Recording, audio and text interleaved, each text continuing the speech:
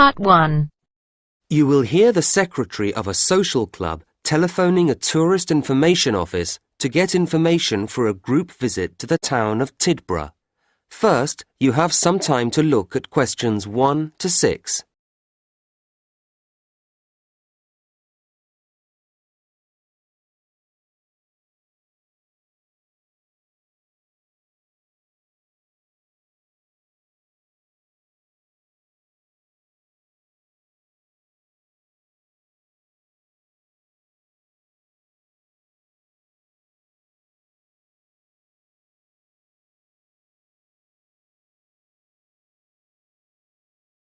Listen carefully to the first part of the conversation and answer questions 1 to 6. Hello, this is Tidborough Tourist Office, Derek speaking. How can I help you? Good afternoon. My name's Clara Swift. I'm the secretary of a social club and we're planning a visit to Tidborough. Oh, yes. So I'd like to ask you some questions, if I may, to help with our plans. Of course. We're here to help. Now, we're thinking of staying in the youth hostel, as we'll be a group and it's quite cheap. Yes, and comfortable too. But could you tell me how far outside the centre it is? Oh, it's not too bad. It's only 1 kilometre from the station, which is very convenient, and 2 kilometres from the very centre of town. There's a frequent bus service. That doesn't sound too bad. Actually, I've tried phoning them but had no reply. You can check out everything you need to know if you go to www.cheapstay.com. That's their own site. It's quite new. And you could email them with your requirements directly from it. Well, that sounds good, thank you. We'll be staying in the 3rd week of March. Will there be any special events going on then? Yes, that includes the 22nd, doesn't it? Good. That's when the street festival is held. It's great fun. Lots going on. It's held every year. OK. And when that's finished, if you've any energy left, you and your group might enjoy a concert we're putting on. Is it classical music or rock? Well, quite a mixture, actually. The point is that it's all performed by local musicians, and between them, they'll be playing most things. It sounds a little strange, but I guess it could be interesting. It seems we've chosen a good week to come. Is there anything else on? Oh, yes, indeed. The City Museum, which was recently completely restored, often has interesting exhibitions. There are some weird and wonderful modern paintings at the moment. That's a good exhibition. Then, opening on March the 24th, when you'll be here, it changes to natural history. I'd recommend it. Oh, I've made a note of that. Now, some of our group are quite young, and they may prefer to do things that they feel are more active than walking around museums and so on. What will they be able to do? Throughout March, in fact, the sports centre is going to be closed. But the swimming pool will remain open, and there's the park for general relaxation. That sounds all right. Before you hear the rest of the conversation, you have some time to look at questions 7 to 10.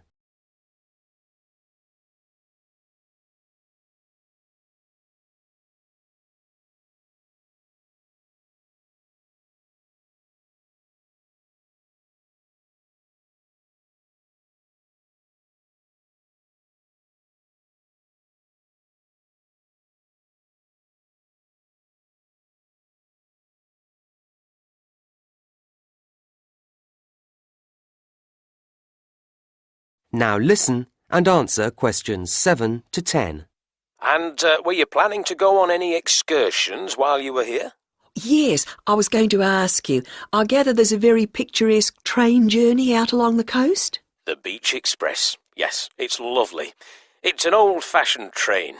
Not an express at all, in fact, but it chugs along, giving you marvellous views. Does it go often? No, it's just a tourist special, really. But it sets off in the morning at 9:30, and it's very popular, so I'd get there no later than 9:15 if I were you. The station opens at 9, so you can get a coffee or something while you wait. It sounds lovely. And for tickets? Well, as I say, it may be crowded at the station, so it's probably more convenient to get them beforehand from us at the tourist office. The youth hostel may sell them too. You'd have to check that. OK, I will, thanks. How much are tickets? £5, although students get 20% off, and if there are more than 10 of you travelling together, you get 15% off, so it's very reasonable. Yes, that's not too bad. And is it a long ride? Not really. I think it's about 3 hours actually in the train. You'll be back for lunch about 4 hours later. It stops twice for half an hour so you can stretch your legs, have a little stroll on one of the beaches. I see. Well, you've been very helpful. Thank you. Not at all. I hope you enjoy your visit. Contact us any time. That is the end of part 1. You now have half a minute to check your answers.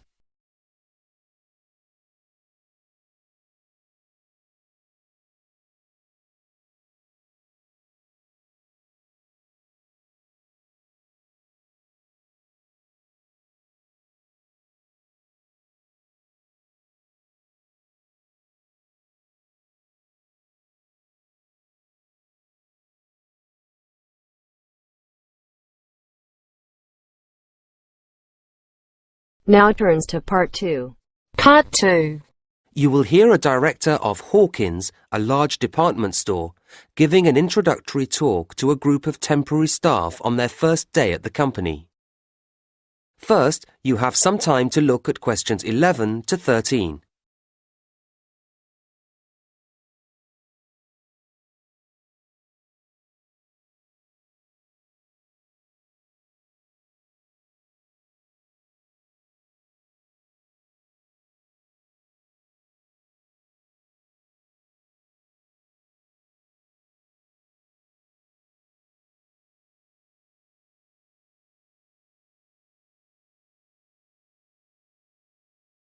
Now listen to the first part of the talk and answer questions 11 to 13.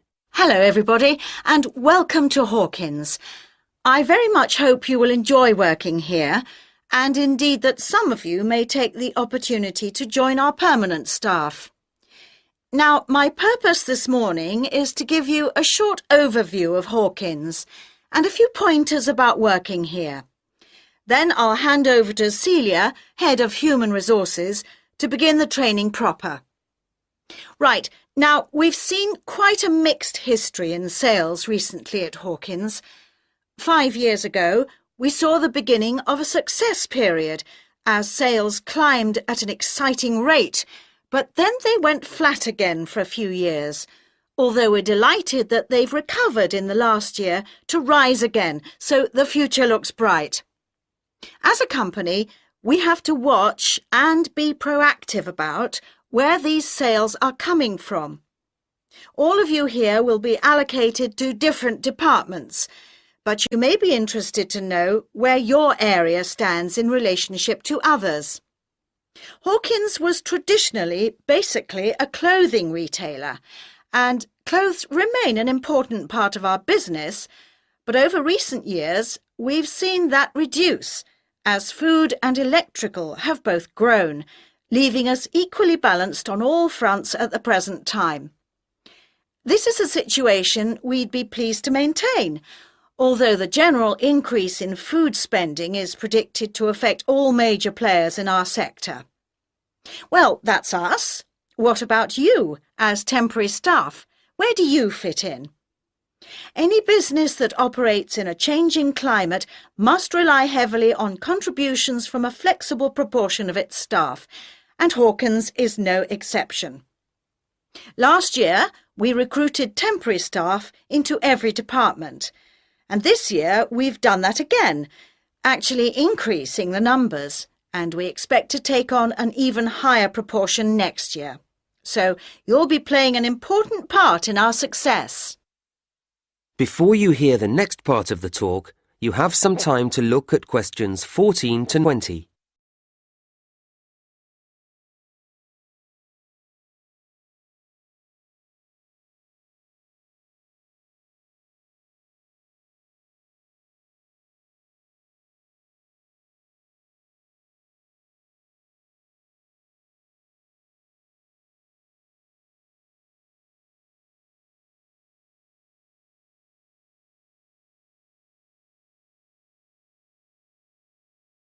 Now listen and answer questions. We regard the Hawkins approach to the retail business as something special. Our mission statement, the guiding idea behind everything we do, is based on quality and is phrased creating value for customers. And this belief applies to every customer and every purchase, however large or small. Happy customers means good business for us, and your main aim must always be to keep customers happy. If any kind of problem or complaint arises, don't try to resolve it yourselves or simply leave it to a colleague, but get the assistance of your line manager. It's his or her responsibility to sort it out. A properly resolved problem will mean we get a loyal customer for life, and that's why we need to make sure that everyone who shops here feels they have had a positive experience, not just a routine transaction. We like to remind customers that everything we sell in Hawkins is high quality. It's the basis of our advertisements. But keep customers informed. Let them know about special offer products. To keep yourself up to date about these and all the other aspects of the company, please look carefully through the newsletter that we publish each month. And something else you'll need to do regularly is to talk with your section supervisor, and you do this in your progress meetings, which will be every Thursday. OK? Right, just a few things and then I'll hand over.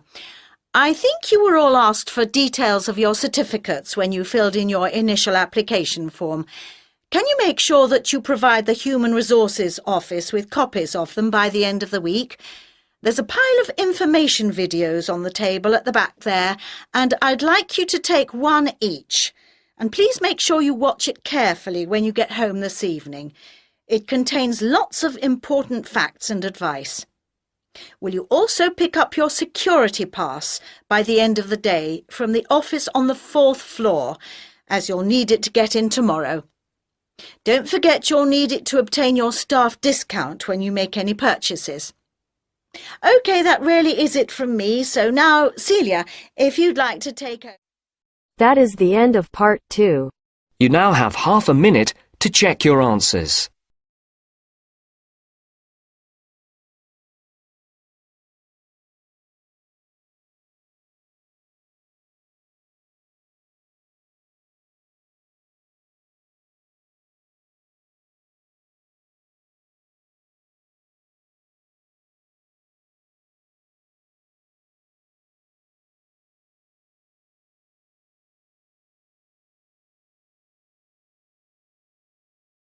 Now turns to part 3. Part 3. You will hear two students, Brian and Emily, talking about penguins, the subject of their current assignment. First, you have some time to look at questions 21 to 24.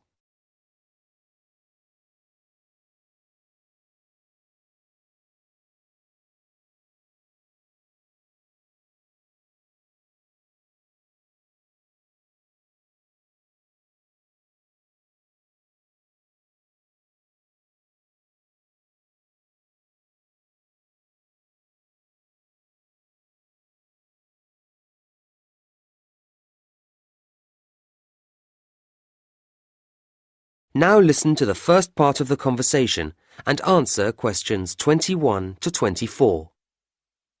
So, Brian, how have you been doing with your reading on penguins? Not too bad, Emily. And you? Yeah, OK. I hadn't realised there were so many differences between the various types of penguin. No, nor had I. Anyway, I started with the Gen 2. And me with the rockhopper. And it turns out they're rather cautious. Not scared of swimming, I trust. Oh, no. But they don't like going about at night. Scared of the dark, I suppose. And if they're climbing over some rocky landscape, they'll only jump if they have to. And even then, they'll look carefully down and spend time deciding whether to or not. Is that common? I don't think so. The rockhopper will have a quick look if it's somewhere they haven't dropped down before, but they don't seem timid. In fact, they're pretty determined, and if they're trying to get up somewhere, they grip onto the stones with their slightly hooked bills, as well as their nails when the surface gets very steep. Nothing stops them. Interesting. Because the other type I looked into, the Magellanic, tend to stick to the beach rather than going inland. So you see them walking along with their flippers at their sides or a bit forward. If they come across something they haven't seen before, they cock their head first to one side, then the other, peering out of each eye in turn, as if they don't quite believe anything until they've double-checked it.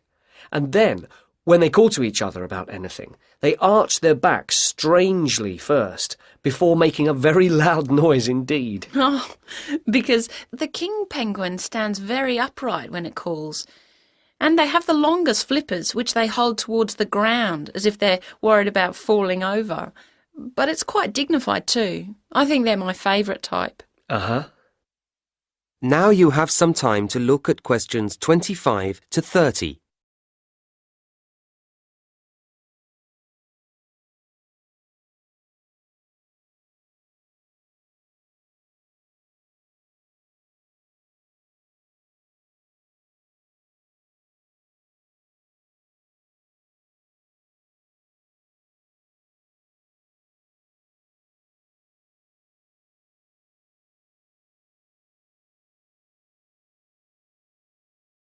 Now listen to the next part of the conversation and answer questions 25 to 30. Anyway, there are some things that they all do the same, aren't there? Oh, yes. Eating fish, for example. Well, of course. But sleeping, say. Yes. Occasionally you might see one stretched out flat in the sun for a snooze. But normally you see them standing at night, even though they're sound asleep. It seems odd, doesn't it? And then they're all liable to get aggressive if they feel invaded, aren't they? Yeah, not quite so sweet then. And with the rockhopper... The one with the distinctive black and yellow feathers on its head. That's the one. If it gets annoyed about something, then the black feathers on the head point upwards and the yellow feathers stick out. It all makes it look bigger or tougher. I wonder how often they get annoyed. Well, I don't know about annoyed, but they've plenty to get frightened of. They've got predators in the water and on land, well, in the sky anyway. Oh yes, the great skewer bird. It's after the eggs. So the penguins have to keep a careful watch for the skewer all the time, especially when they're nesting. They can spot the white patches in its wings, can't they, as one flies over? Yes, and then they sit very closely on the eggs to protect them. Not an easy life, really. No. So what else have we found out? Well, I was interested to see that although they nest individually, they always go into the sea together, in large numbers. Even though it might make them more obvious to predators. That's the price to pay for the best way to find food. It means a bigger catch from each trip. I see. I watched a video too, just showing them on the beach, and I was struck by how calm they seemed to be. I thought they might have looked frightened. Perhaps it's because there are so many of them. Maybe that gives them a sense of security. In fact, all the types have a social nature. I guess that's why we humans find them so fascinating to observe. I guess so. So, shall we start to put all our notes together? And then I think we ought to... That is the end of part 3. You now have half a minute to check your answers.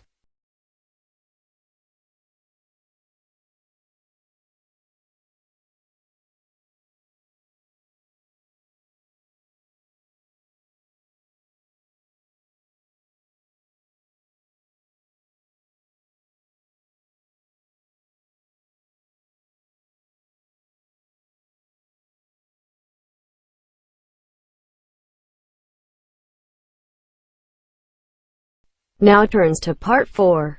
Part 4. You will hear part of a lecture about issues involved in the management of the growth of cities. First, you have some time to look at questions 31 to 40.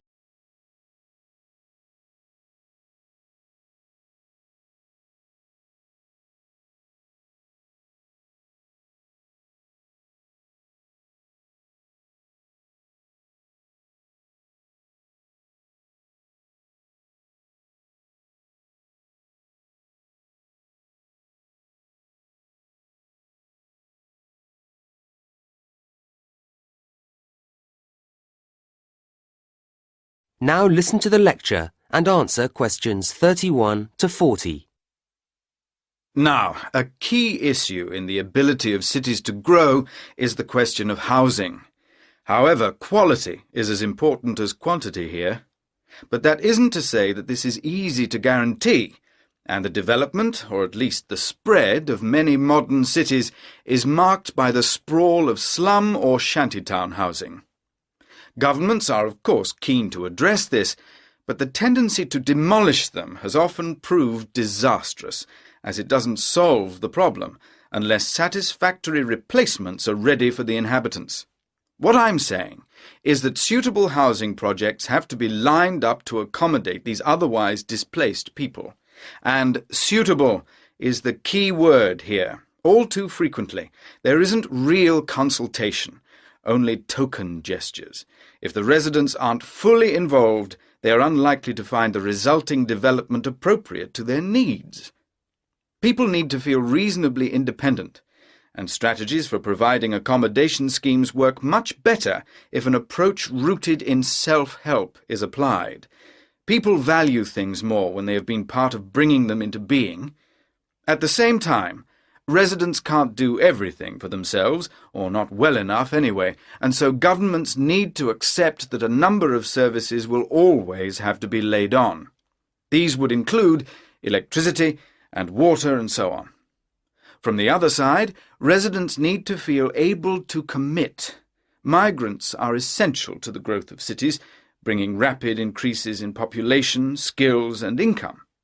But they need to have a sense of security, of long-term commitment to the city, if they are to invest money in building or buying houses.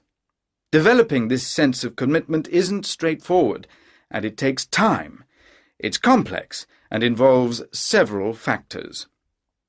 People need to feel they belong, and unfortunately too many governments fail to appreciate that community values are a crucial component of that. Sadly, there are too many housing schemes which don't work. People drift away, or the whole place becomes crime-ridden. It's easy to be wise after the event, but it is worrying that a lot of housing is put up without analysis having been carried out to examine how much employment is going to be available for people.